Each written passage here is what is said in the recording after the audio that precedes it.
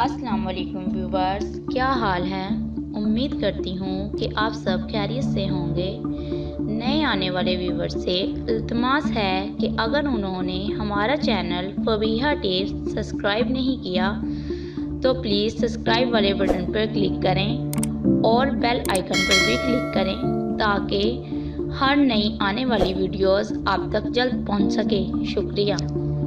اسلام میں خواتین کے حقوق۔ عورت جس کی کوکھ سے پیغمبروں نے جنم لیا اور اس کی گود میں بڑے بڑے معجزات محقق پلے، صدیوں سے جسمانی اور روحانی طور پر پامال ہوتی رہی ہیں۔ یہ مجبور اور بے بس مخلوق ظہور اسلام سے پہلے اپنی اپنی اقوام کے ہاتھوں مختلف ادوار میں مختلف طریقوں سے ظلم کی چکی میں پس رہی تھی۔ کسی تہذیب نے اسے گناہوں کی ملکہ قرار دیا تو کسی قوم نے اسے ناگن کا روپ دیا اور کسی نے فتنہ فساد کی جڑ ٹھہرایا۔ الغرض عورت کو فریب، طمع، ناپاکی اور مکاری کا مجسم تک مانا گیا۔ خود مختاری کو تو کجا، خود کو انسان سمجھنا اس کے لیے شجر ممنوع تھا۔ مظلومی اور گناہوں کے اس جہنم میں جلنے والی اس ہستی کو ان پستیوں سے اٹھا کر بام عزت و توقیر پر بٹھانے کا سامان خداوند تعالیٰ نے یوں کیا کہ اپنے آخری نبی حضرت محمد صلی اللہ علیہ وآلہ وسلم کو ایسے معاشرے میں مبعوث فرمایا جہاں بیٹیوں کو پیدا ہوتے ہی زندہ دفن کر دیا جاتا تھا۔ یہ وہ دور تھا جب کسی بھی مذہب یا تہذیب نے عورت کو بنیادی حقوق تک مہیا نہ کیے تھے اور وہ ذلت اور شدید قسم کے معاشی، سیاسی، سماجی اور سوشل استحصال کا شکار تھی۔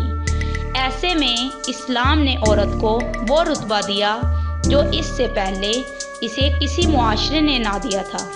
حضرت محمد صلی اللہ علیہ وآلہ وسلم رحمت للعالمین وہ دین مبین لائے جس نے پہلی بار اس مجبور، بے بس اور ستم رسیدہ مخلوق کو ترک و باقاعدہ عقد ثانی اور خلا جیسے حقوق سے نوازا۔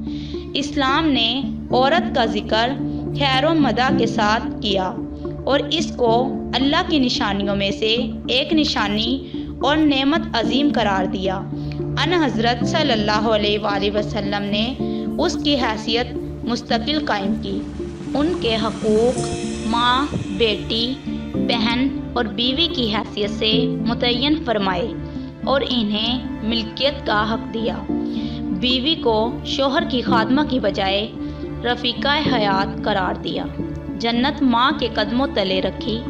بہن اور بیٹی کو باعث شرم مرد کے لیے قرار نہیں دیا بلکہ ان کو مرد کی غیرت سے اور محبت کا امین بنایا۔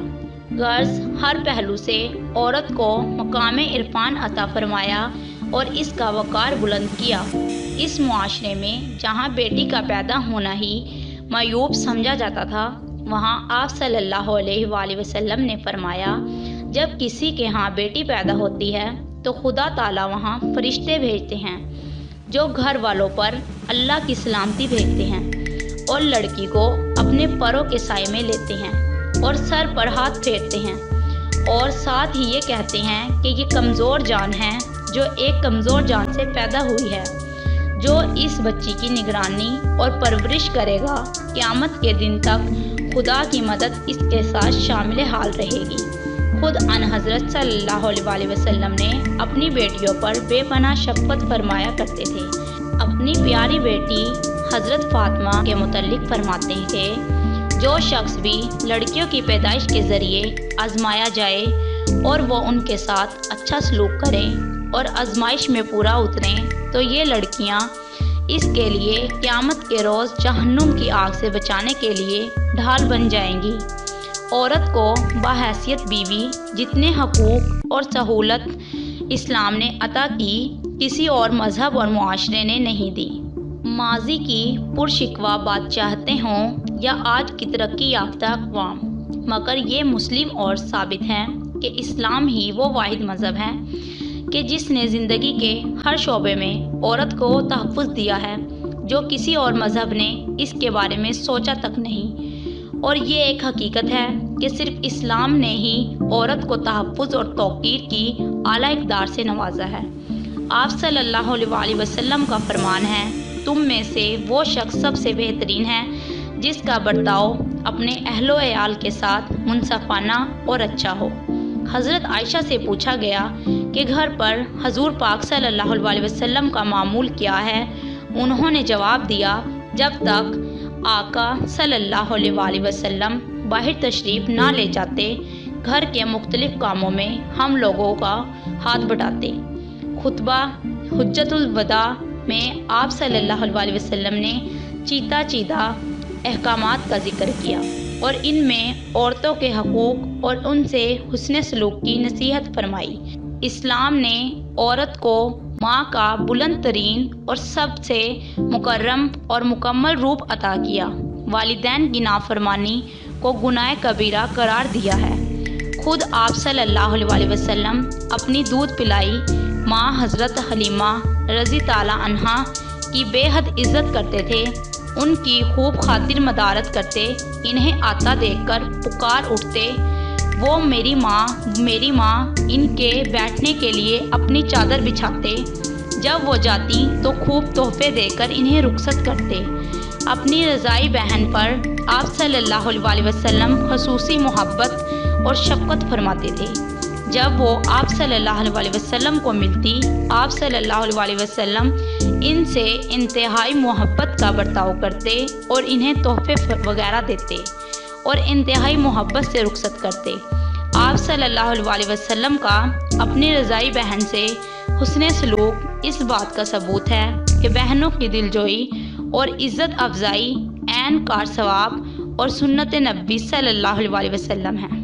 عورت اس معاشرے کا لازمی جز ہے، اس کی عظمت و عزت کے بغیر کوئی معاشرہ اور دور مہذب اور مکمل نہیں ہوتا۔ اس کے وجود سے معاشرتی اور گھریلو امن و سلامتی قائم ہوتا ہے۔ آئیے اب چند واقعات پر نگاہ ڈالیں کہ رسول اللہ صلی اللہ علیہ وسلم نے خواتین پر کیا کیا احسانات فرمائے۔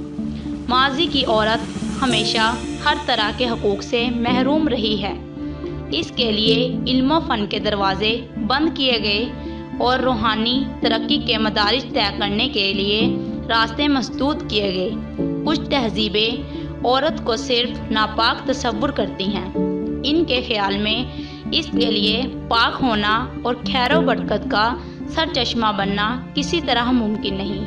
انسانیت کی پوری تاریخ میں حضور صلی اللہ علیہ وسلم کی ذات ہی وہ واحد ذات ہے کہ جس نے اپنی بے پایہ رحمت سے عورت کو وہ رتبہ عطا فرمایا جو فطرت کا مطالبہ تھا۔ لڑکی کی پیدائش۔ بہت سے معاشروں میں لڑکی کی پیدائش معجب ذلت اور باعث عار خیال کی جاتی تھی۔ اسلام سے پہلے عرب معاشرے میں جو حالت تھی وہ قرآن مجید نے یوں بیان کی ہے، جب ان میں سے کسی کو بیٹی پیدا ہونے کی خوشخبری دی جاتی ہے تو اس کا چہرہ زرد ہو جاتا ہے اور بس وہ خون کا خون پی کر رہ جاتا ہے، لوگوں سے چھپتا پھرتا ہے کہ اس سے بری خبر کے بعد کسی کو کیا منہ دکھائے گا، سوچتا ہے کہ ذلت کے ساتھ بیٹی کو لیے رہے یا مٹی میں دبا دے، لیکن رحمت للعالمین صلی اللہ علیہ وسلم نے ایک بچی کی پیدائش کو رحمت و برکت کا ذریعہ قرار دیا اور ان تمام تصورات اور جاہلانہ خیالات کی بیعت کرنی فرمائی، جس کے تحت عورت کی ذات اور اس کی شخصیت کو ذلت خواری کا منبع قرار دیا جاتا تھا۔ آپ صلی اللہ علیہ وسلم کا ارشاد گرامی ہے، جس شخص کے ہاں کوئی بچی پیدا ہوئی اور اس نے اسے زندہ دفن نہ کیا اور نہ اس کو حقیر جانا، نہ لڑکوں کے مقابلے میں ترجیح دی، تو اللہ تعالیٰ ایسے شخص کو جنت میں داخل کرے گا۔ جہنم کی آگ سے بچاؤ کا ذریعہ۔ ام المومنین حضرت عائشہ رضی تعالیٰ عنہا فرماتی ہیں کہ میرے پاس ایک عورت آئی، اس کے ساتھ 2 بچیاں تھیں، وہ مجھ سے کچھ مانگنے کے لیے آئی تھی، اس وقت میرے پاس ایک کھجور کے سوا اور کچھ نہ تھا۔ وہی میں نے اسے دے دی۔ اس نے اس کھجور کو 2 بچیوں میں برابر تقسیم کر دیا، خود کچھ نہ کھایا اور چلی گئی۔ اس کے بعد جب نبی کریم صلی اللہ علیہ وسلم میرے پاس تشریف لائے تو میں نے آپ صلی اللہ علیہ وسلم سے اس عورت کا حال بیان کیا کہ باوجود بھوک ہونے کے اس نے اپنی ذات پر بچیوں کو ترجیح دی۔ آپ صلی اللہ علیہ وسلم نے فرمایا، جو شخص لڑکیوں کے سلسلے میں آزمایا جائے اور وہ ان سے اچھا سلوک کرے تو یہ لڑکیاں اس کے لیے دوزخ کی آگ سے بچانے کی ڈھال بن جائے گی۔ بچیوں کی تربیت کا صلہ جنت۔ جس طرح ایک بچی کی پیدائش رحمت خداوندی کی بشارت لے کر آتی ہے اور اس کی پرورش باپ کو دوزخ کی آگ سے بچاؤ کا ذریعہ بن جاتی ہے، اسی طرح بیٹی کی عمدہ تعلیم و تربیت بھی جنت النعیم کی نعمتوں کا مزدہ جان فضا لے کر آتی ہے اور ایک بچی کے باپ کو اس امر کا اطمینان دلاتی ہے کہ اس کی تمام محنتیں اور مشقتیں بارگاہ الہی میں قبول ہوئی ہیں۔ اس کی قربانی کا اس کا احسار اس کے لیے فلاح و کامرانی کا ضامن بن گیا ہے۔ حضرت عبداللہ بن عباس رضی تعالیٰ عنہ جناب رسالت مآب صلی اللہ علیہ وسلم کا ارشاد گرامی اس طرح روایت کرتے ہیں، جس شخص نے 3 لڑکیوں بہنوں کی سرپرستی کی اور انہیں تعلیم و تربیت دی اور ان کے ساتھ رحمت و شفقت کا سلوک کیا یہاں تک کہ اللہ انہیں بے نیاز کر دے، تو ایسے شخص کے لیے اللہ نے جنت واجب کر دی۔ پر ایک آدمی نے کہا کہ اگر 2 ہی ہوں تو آپ صلی اللہ علیہ وسلم نے فرمایا 2 لڑکیوں کی سرپرستی پر بھی اجر ہے۔ حضرت عبداللہ بن عباس رضی تعالیٰ عنہ کہتے ہیں کہ اگر لوگ ایک کے بارے میں پوچھتے تو آپ صلی اللہ علیہ وسلم ایک کے بارے میں بھی یہی بشارت دیتے۔ عورت بیوی کی حیثیت سے اسلام سے پہلے تمام مذاہب میں عورت کو بہت حد تک اخلاقی اور روحانی مدارج کی ترقی میں ایک اہم رکاوٹ تصور کیا جاتا تھا۔ ہندوستان میں بدھ، جین، ویدانیت اور سادھو پن کے تمام پیروکار اسی نظریے اور عقیدے کے قائل تھے۔ عیسائیت میں بھی رہبانیت کو روحانی کمالات کا ذریعہ قرار دیا گیا تھا۔ رحمت للعالمین صلی اللہ علیہ وسلم نے اس نظریے کو باطل قرار دیتے ہوئے عالم انسانیت کو بتایا کہ اخلاق و روحانیت کی تکمیل اور نشوونما تجدید کی زندگی میں ممکن نہیں، بلکہ اس کے لیے سب سے موزوں اور مناسب میدان متعامل اور ازدواجی زندگی ہے، کیونکہ اخلاق حسن معاملہ اور حسن سلوک کا نام ہے۔ جو کسی کا شوہر نہ ہو، جو کسی کی بیوی نہ ہو، جو کسی کا باپ نہ ہو، جو کسی کی ماں نہ ہو، جو کسی کا بھائی نہ ہو اور نہ ہی کسی کی بہن ہو، تو اس پر کون سے فرائض عائد ہو سکتے ہیں؟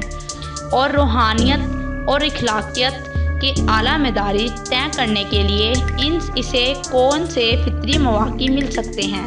اور روحانیت و اخلاقیات کے اعلیٰ مدارج طے کرنے کے لیے اسے کون سی فطری مواقع مل سکتے ہیں؟